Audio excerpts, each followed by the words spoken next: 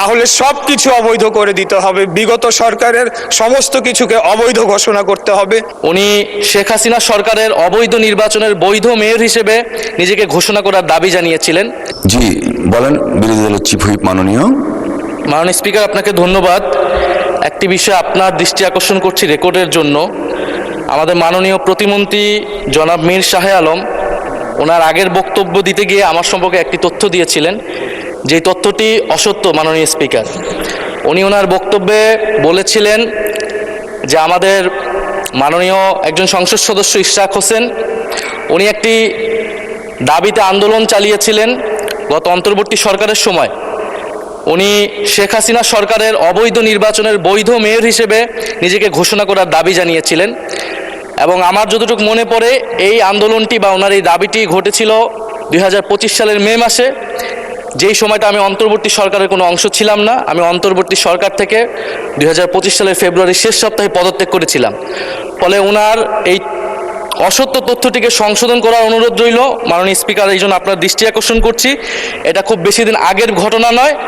কারণ ওই আন্দোলনের পরে ওনার মনে থাকার কথা, উনি যেই ট্রফির কথা বলেছিলেন, ওই আন্দোলনের পরে অন্তর্বর্তী সরকারের প্রধান ডক্টর মোহাম্মদ ইউনূস লন্ডন বৈঠকে গিয়ে মাননীয় সংসদ নেতার কাছে সেই ট্রফিটি দিয়ে এসেছিলেন। Hire Google TV.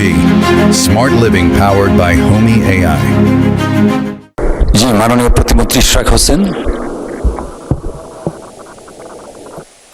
মাননীয় স্পিকার, কার্যপ্রণালী বিধির 274 ধারায় আমাকে ব্যক্তিগতভাবে উদ্ধৃতি দিয়ে একটা অসত্য মন্তব্য করা হয়েছে, যার পরিপ্রেক্ষিতে আজকে আমি এখানে দাঁড়িয়েছি।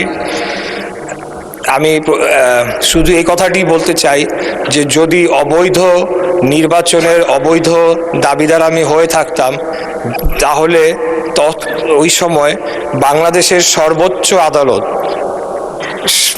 সুপ্রিম কোর্টের আপিলেট ডিভিশনের 7 জন বিচারপতির বেঞ্চে আমার রায়টিকে বহাল রাখা হয়েছিল, যেই আদালতের রেফারেন্সের উপরে ভিত্তি করে বিগত অন্তর্বর্তীকালীন সরকার শপথ গ্রহণ করেছিল। সেই সরকারে আমাদের মাননীয় আজকে যিনি সংসদ সদস্য মন্তব্য করেছেন, তিনিও শপথ নিয়েছিলেন। তাহলে সব কিছু অবৈধ করে দিতে হবে, বিগত সরকারের সমস্ত কিছুকে অবৈধ ঘোষণা করতে হবে। যদি বলা হয় যে আমার ওই রায়টি অবৈধ ছিল, কারণ বাংলাদেশের এইপেক্স কোর্ট সুপ্রিম কোর্টের অ্যাপিলেট ডিভিশনের 7 জন বিচারপতির বেঞ্চে আমার রায়টিকে বহাল রাখা হয়েছিল। অতএব আমি এটার তীব্র প্রতিবাদ জানিয়ে আমার বক্তব্য শেষ করছি। ধন্যবাদ সবাইকে। সাবেক স্পিকার শিন শারমিন চৌধুরীকে গ্রেপ্তার করে প্রকাশ্যে আনার পরদিনই বাংলাদেশে আওয়ামী লীগের কার্যক্রম নিষিদ্ধ রেখে জাতীয় সংসদে পাশ হয়েছে সন্ত্রাস বিরোধী আইনের সংশোধিত অধ্যাদেশ। বিগত অন্তর্বর্তী সরকার গত বছরের 12ই মে আওয়ামী লীগের কার্যক্রম নিষিদ্ধ করার জন্য তার একদিন আগে এই অধ্যাদেশ জারি করেছিল। 8ই এপ্রিল জাতীয় সংসদের অধিবেশনে এই অধ্যাদেশটি আইন হিসেবে পাশ হয়। মোহাম্মদ ইউনূসের আমলের মতোই এই আইনটি পাশ হওয়ার আগে থেকে এটি নিয়ে ব্যাপক আলোচনা সমালোচনা হচ্ছে। বিশেষ করে বিএনপি, যে দলটি নিজেদেরকে বাংলাদেশে বহুদলীয় গণতন্ত্র চালুর জন্য ক্রেডিট নেয়, সে দলটি কেন এমন একটি নিবর্তনমূলক আইনের কঠোর সংশোধনী পাশ করলো, সেই প্রশ্নটি উঠছে ব্যাপকভাবে। অনেকে প্রশ্ন তুলেছেন, বাংলাদেশের রাজনীতিতে যে প্রতিহিংসার চর্চা হয়, সে নিরিখে ভবিষ্যতে এই আইনটি যে বিএনপির বিরুদ্ধে ব্যবহার হবে না তার নিশ্চয়তা কি? বিস্ময়কর ব্যাপার হলো, ইউনূসের আমলের অধ্যাদেশটি সংশোধন করে তাতে শাস্তির বিধান যুক্ত করার যে প্রস্তাব স্বরাষ্ট্র মন্ত্রণালয় থেকে করা হয়েছিল, সেটি নতুন পাশ হওয়া আইনের বিলে আনা হয়নি। যার অর্থ হলো, আওয়ামী লীগ যদি নিষেধাজ্ঞা উপেক্ষা করে দলের কার্যক্রম চালায়, তাহলে শাস্তি কি হবে সেটি এখনো আইনে পরিষ্কার নাই। আবার এই আইন পাশের একদিন আগেই সাবেক স্পিকারকে গ্রেপ্তার করে কারাগারে পাঠানো হয়েছে। আওয়ামী লীগকে নিষিদ্ধের এই আইনটি আবার এমন একটি দিনে পাশ হলো যখন তারেক রহমানের কূটনীতির 2 সৈনিক ভারতে গিয়ে মিটিং করছেন দেশের হাই প্রোফাইল নেতাদের সাথে। এমন পরিস্থিতিতে অনেকেই রাজনীতির জটিল সমীকরণ মেলাতে চাইছেন। কেন আওয়ামী লীগকে নিষিদ্ধের আইনটি বিএনপি পাশ করলো? প্রশ্ন উঠছে, মোহাম্মদ ইউনূস যে বিদেশি সংবাদ মাধ্যমে ঘোষণা দিয়েছিলেন বাংলাদেশে আওয়ামী লীগ ও শেখ হাসিনার কোনো অস্তিত্ব থাকবে না, সেই ঘোষণা বাস্তবায়নের জন্যই কি তারেক রহমানের সরকার এমন আইন পাশ করলো? আবার এই আইন পাশের মাধ্যমে আওয়ামী লীগ আর ভারতকে কি কোনো বার্তা দিল বিএনপি সরকার, নাকি এর পেছনে আছে অন্য কোনো রহস্য? বিস্তারিত জানতে চলুন। 5ই আগস্ট আওয়ামী লীগের পতনের 3 দিনের মাথায় অন্তর্বর্তী সরকার প্রধান হয়েছিলেন মোহাম্মদ ইউনূস। দায়িত্ব নিয়ে জুলাই আন্দোলনের সময় হতাহতের ঘটনায় শেখ হাসিনা সহ আওয়ামী লীগের মন্ত্রী, এমপি সহ বিভিন্ন স্তরের নেতা কর্মীদের বিরুদ্ধে শয়ে শয়ে মামলা হতে থাকে। আওয়ামী লীগের সময় যে ট্রাইব্যুনাল গঠন করে শীর্ষ জামাত নেতাদের ৭১-এর যুদ্ধাপরাধের দায়ে ফাঁসিতে ঝুলানো হয়েছিল, সেই একই ট্রাইব্যুনালে শেখ হাসিনা সহ তার সহযোগীদের বিচারের উদ্যোগ নিয়েছিলেন মোহাম্মদ ইউনূস। সেই ট্রাইব্যুনালে শেখ হাসিনাকে মৃত্যুদণ্ডের আদেশও দেওয়া হয়। ইউনূসের কিংস পার্টির লোকজন তার আমলে তখন মাঝে মাঝে আওয়ামী লীগ নিষিদ্ধের দাবি তুলত। ওই সময় অর্থাৎ গত বছরের 10ই মে রাতের বেলায় ইউনূসের মিত্ররা যমুনার সামনে জড়ো হয়েছিল। বিডি নিউজ 24-এর খবরে বলা হয়েছে, জামাত ইসলামী, এবি পার্টি, ইসলামী ছাত্র শিবির, ইসলামী আন্দোলন বাংলাদেশ, হেফাজতে ইসলাম এবং বৈষম্য বিরোধী আন্দোলনের নেতারা সেদিন যমুনার সামনে জড়ো হয়েছিল। ওই রাতেই আওয়ামী লীগ নিষিদ্ধের সিদ্ধান্তের কথা জানিয়েছিলেন তখনকার আইন উপদেষ্টা অধ্যাপক আসিফ নজরুল। এরপর আন্তর্জাতিক অপরাধ ট্রাইব্যুনাল আইন সংশোধনের গেজেট জারি হয়। আইনের 2টি ধারায় ওই সংশোধনের মধ্য দিয়ে সম্ভাব্য মানবতা বিরোধী অপরাধে জড়িত রাজনৈতিক দল বা সংগঠন, তার অঙ্গ বা সহযোগী সংগঠন বা সমর্থক গোষ্ঠীর বিচারের সুযোগ তৈরি করার পাশাপাশি শাস্তিমূলক ব্যবস্থা নেওয়ার ক্ষমতা দেওয়া হয় ট্রাইব্যুনালকে। সেখানে বলা হয়, কোনো সংগঠন যেমন রাজনৈতিক দল বা তার সহযোগী কোনো সত্তা যদি এই আইনের আওতাভুক্ত কোনো অপরাধে জড়িত থাকে বলে ট্রাইব্যুনালের কাছে প্রতীয়মান হয়, তাহলে ওই সংগঠনের কার্যক্রম স্থগিত বা নিষিদ্ধ করা, নিবন্ধন বা লাইসেন্স বাতিল এবং সম্পত্তি বাজেয়াপ্ত করার ক্ষমতা ট্রাইব্যুনালের থাকবে। কিন্তু ট্রাইব্যুনালের মাধ্যমে আওয়ামী লীগকে নিষিদ্ধ করতে হলে দরকার ছিল লম্বা সময়। তাই পরদিন তড়িঘড়ি করে 2009 সালের সন্ত্রাস দমন আইনে 2টি নতুন ধারা যুক্ত করে অধ্যাদেশ জারি করা হয়। 2009 সালের সন্ত্রাস বিরোধী আইনটিতে কোনো সত্তার কার্যক্রম নিষিদ্ধের বিধান ছিল না। তখন বলা ছিল, কোনো ব্যক্তি বা সত্তা সন্ত্রাসী কাজের সঙ্গে জড়িত থাকলে সরকার প্রজ্ঞাপন দিয়ে ওই ব্যক্তিকে তফসিলে তালিকাভুক্ত করতে পারে বা সত্তাকে নিষিদ্ধ ঘোষণা করতে পারবে। ইউনূসের সরকার আওয়ামী লীগের কার্যক্রম নিষিদ্ধের জন্য আইনটিতে 18 নম্বর ধারাটি যুক্ত করে, যেখানে অধ্যাদেশের মাধ্যমে সংশোধনী এনে সত্তার যাবতীয় কার্যক্রম নিষিদ্ধের বিধান যুক্ত করা হয়। ওই অধ্যাদেশে আরো একটি ধারা যুক্ত করা হয়েছিল। এই ধারাটিতে বলা হয়েছে, ধারা 18 অনুযায়ী কোনো ব্যক্তি বা সত্তার বিরুদ্ধে ব্যবস্থা নেওয়া হলে সরকার তাদের অর্থ, সম্পদ বা লেনদেন নিয়ন্ত্রণের পাশাপাশি প্রচার প্রচারণা বন্ধ করতে পারবে। মানে কার্যক্রম নিষিদ্ধ থাকায় দলটির কার্যালয় বন্ধ, ব্যাংক হিসাব জব্দ, পোস্টার, ব্যানার, প্রচার বা সংবাদ বিজ্ঞপ্তি প্রকাশ, সেসব গণমাধ্যম ও সামাজিক মাধ্যমে প্রকাশেও নিষেধাজ্ঞা জারি করা হয়েছে। অন্তর্বর্তী সরকারের পাশ করা অধ্যাদেশগুলো সংবিধানের 93 অনুচ্ছেদ অনুযায়ী নির্বাচিত সরকারের প্রথম সংসদের 30 দিনের মধ্যে পাশ করার বাধ্যবাধকতা আছে। এটিকে আইনে রূপ দিতে 8 এপ্রিল জাতীয় সংসদে বিল পাশ হলো। স্বরাষ্ট্রমন্ত্রী সালাউদ্দিন আহমেদ বিলটি সংসদে পাশের জন্য তোলেন। এখন পাশ হওয়া বিলটিতে রাষ্ট্রপতি স্বাক্ষর করার পর গেজেটের মাধ্যমে এটি আইনে পরিণত হবে।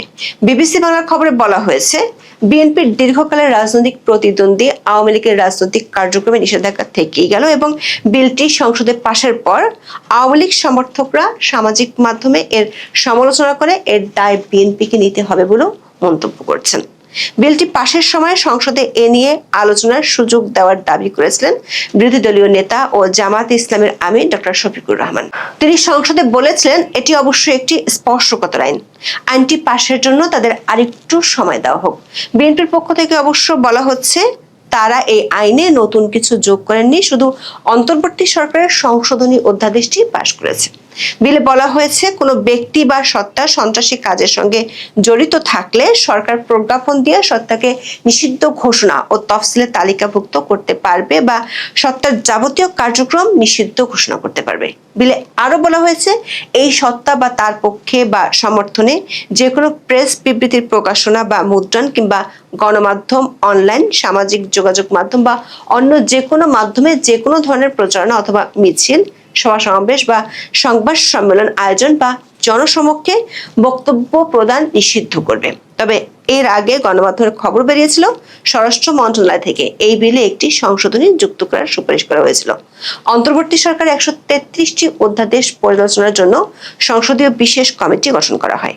4 এপ্রিল দৈনিক সমকালে প্রকাশিত খবরে বলা হয়েছে, সন্ত্রাস বিরোধী অধ্যাদেশটি সংসদে পাশের সুপারিশ করেছিল স্বরাষ্ট্র মন্ত্রণালয়। মন্ত্রণালয়ের মতামতে বলা হয়েছে, কার্যক্রম নিষিদ্ধ সত্তা কার্যক্রম পরিচালনা করলে সাজার বিধান নেই অধ্যাদেশে। সাজার বিধান যুক্ত করা যেতে পারে। নিষিদ্ধ সংগঠনের জন্য আইনের 16 ধারা যেসব সাজার বিধান রয়েছে সেগুলি প্রযোজ্য হবে কার্যক্রম নিষিদ্ধ সংগঠনের জন্য। 8 এপ্রিল দৈনিক প্রথম আলোর খবরে বলা হয়েছে, 15টি বিল সংশোধিত আকারে অনুমোদনের সুপারিশ করা হয়েছিল। তার একটি সন্ত্রাস বিরোধী সংশোধন অধ্যাদেশ। তবে আজ এ সংক্রান্ত যে বিল পাশ হয়েছে সেখানে কোনো সংশোধনী আনা হয়নি। তার অর্থ হলো, এই আইনে দলের কার্যক্রম নিষিদ্ধ থাকলেও যদি কেউ সেই নিষেধাজ্ঞা উপেক্ষা করে তাহলে শাস্তি কি হবে সেটি পরিষ্কার নাই। আইন বিশেষজ্ঞরা বলছেন, তাহলে কেউ যদি নিষেধাজ্ঞা না মানে তাহলে তার বিরুদ্ধে আদালত কি ধরনের ব্যবস্থা নেওয়ার নির্দেশ দিবেন সেটিতে এই আইনে সুস্পষ্টভাবে কোনো কিছু উল্লেখ নেই। সংসদে 8 এপ্রিল এই আইনটি পাশ হওয়ার বহু আগে থেকে, বিশেষ করে ইউনূসের আমল থেকে এই অধ্যাদেশটি নিয়ে সমালোচনা হচ্ছিল। জাতিসংঘ থেকে শুরু করে অনেক দেশ ও সংস্থা দল নিষিদ্ধের বিরুদ্ধে বক্তব্য বিবৃতি দিয়েছিল। এমনকি বিএনপি শীর্ষ নেতৃবৃন্দের পক্ষ থেকেও বলা হয়েছিল তারা কোনো দল নিষিদ্ধের পক্ষে নয়। বিএনপির পক্ষ থেকে প্রায় জোর গলায় দাবি করা হয় দলটি বাংলাদেশে বহুদলীয় গণতন্ত্র প্রবর্তন করেছিল, যেটির একক ক্রেডিট তারা নিতে চায়। প্রশ্ন উঠেছে, বিএনপি কি আইন পাশের মাধ্যমে সেই ক্রেডিটকে জলাঞ্জলি দিল না? আবার অনেকে মনে করেন, বাংলাদেশে যেভাবে প্রতিহিংসার রাজনীতির চর্চা করা হয় সেখানে এই ধরনের আইন ভবিষ্যতে যখন বিএনপি ক্ষমতায় থাকবে না তখন তাদের বিরুদ্ধে প্রতিপক্ষরা ব্যবহার করতে পারে, এমন আশঙ্কার কথা খোদ তারেক রহমানই বলেছিলেন। এই বছরের 28 জানুয়ারি বর্তমান প্রধানমন্ত্রী তারেক রহমানের একটি সাক্ষাৎকার ছাপা হয় বিখ্যাত টাইম ম্যাগাজিনে। সেখানে তিনি বলেছিলেন, নীতিগতভাবে কোনো দল নিষিদ্ধ করার পক্ষে তিনি নন। টাইম ম্যাগাজিনকে তিনি বলেছিলেন, আজ যদি একটি দল নিষিদ্ধ করা হয় তবে কাল আমার দলও নিষিদ্ধ হবে না তার নিশ্চয়তা কি। তারও আগে গত বছরের 16 সেপ্টেম্বর বিএনপির স্থায়ী কমিটির সদস্য বর্তমান স্বরাষ্ট্রমন্ত্রী সালাউদ্দিন আহমেদ, যিনি আজকে নিজে এই আইনটি পাশের জন্য সংসদে পেশ করেন, তিনি বলেছিলেন, কোনো রাজনৈতিক দলের কর্মকাণ্ড বা কোনো রাজনৈতিক দলকে নিষিদ্ধ ঘোষণা করা নির্বাহী আদেশে সেটা তারা সমর্থন করেন না। নির্বাহী আদেশে রাজনৈতিক দল নিষিদ্ধ করা একটি ভয়ানক চর্চা, যেটি দেশে অরাজকতা সৃষ্টি করবে বলে তিনি সেদিন মন্তব্য করেছিলেন। এমন আশঙ্কার পরও কেন আইনটি পাশ করলো বিএনপি? সুপ্রিম কোর্টের সিনিয়র আইনজীবী শাহদিন মালিক বিবিসি বাংলাকে বলেছেন, বিএনপি বিলটি পাশ করে আওয়ামী লীগের বিষয়ে নিজেদের অবস্থান পরিষ্কার করেছে এবং তারা না চাইলে বিলটি পাশ হতো না। শাহদিন মালিকের আশঙ্কা, একটা দলের নেতা কর্মী বা সাধারণ সদস্যরা অপরাধ করতে পারে, তার বিচারও হতে পারে, কিন্তু তার জন্য দল বা দলের কার্যক্রম নিষিদ্ধ বহাল রেখে বিএনপি সরকার ভবিষ্যতে অনেক দল নিষিদ্ধের ক্ষেত্র প্রস্তুত করলো। আবার এই আইন পাশের একদিন আগেই সাবেক স্পিকার শিরীন শারমিন চৌধুরীকে গ্রেপ্তার করে কারাগারে পাঠানো হয়েছে। আবার দিল্লিতে গেছেন বাংলাদেশের পররাষ্ট্রমন্ত্রী খলিলুর রহমান ও তারেক রহমানের পররাষ্ট্র উপদেষ্টা হুমায়ুন কবির। সেখানে তারা বৈঠক করেছেন ভারতের পররাষ্ট্রমন্ত্রী এস জয়শঙ্কর, দেশটির নিরাপত্তা উপদেষ্টা অজিত ডোভাল আর বিজেপি নেতাদের সাথে। ভারতই প্রথম দেশ যারা আওয়ামী লীগের কার্যক্রম নিষিদ্ধের পর আনুষ্ঠানিকভাবে উদ্বেগ জানিয়েছিল। ভারতের পক্ষ থেকে বারবার বলা হয়েছে তারা বাংলাদেশে অন্তর্ভুক্ত